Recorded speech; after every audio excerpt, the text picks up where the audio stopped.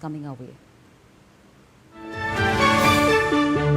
Trump administration is considering a major change to the H-1B visa program that could affect thousands of Indian professionals working in the United States. The U.S. Department of Homeland Security has proposed scrapping the 60-day grace period currently given to H-1B workers after they lose their jobs. The proposed change is still under review by the White House Office of Management and Budget, but if cleared, it will be published in the Federal Register, followed by a 30 to 60-day public comment period. In fact, for now, the 60-day grace period remains in place. Let's now take a look at what the proposal and its implications could perhaps be. Let's go to the touchpad over here so that we could take our viewers through those details. Well, as far as the H-1B grace period is concerned, what exactly is the proposal that we're looking at? Number one, H-1B workers currently get up to 60 days to remain legally in the U.S. after losing their jobs. What exactly does the proposal say? The 60-day grace period was introduced in 2017. We're giving you a background on it. The rule also covers L1, O1, E1, E2, E3, H-1B1 and TN visa holders as well. The eligible family members are also covered by the existing grace period provisions. Removal of grace period is part of the Trump administration's broader effort to tighten the H-1B visa program. But also understanding that the U.S. government has argued that the H-1B program is being misused to replace American workers. The use of the 60 days to find a new company willing to sponsor them. In fact, we're also understanding about how workers use H-1B grace period currently. Well, they try to switch to another visa category, explore on their legal ways to stay in the country. So those are the details that we're tracking. We've given you the details on what exactly it is, the background on it, what exactly is the proposal that is coming to the forefront, what exactly is the U.S. government arguing at the time, and also potentially how H-1B grace period is currently being used by the workers. Those are the details that we're tracking as far as this is concerned.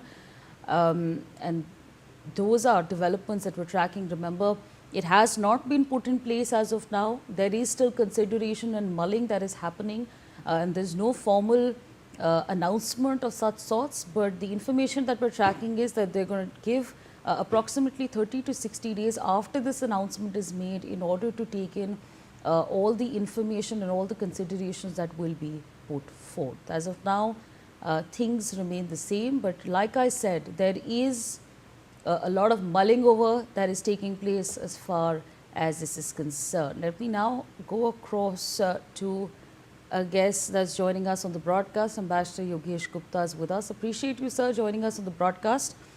Your perspectives on the developments that we're tracking at the moment, although there's no official announcement, but how exactly would the impact be if this were to come into place?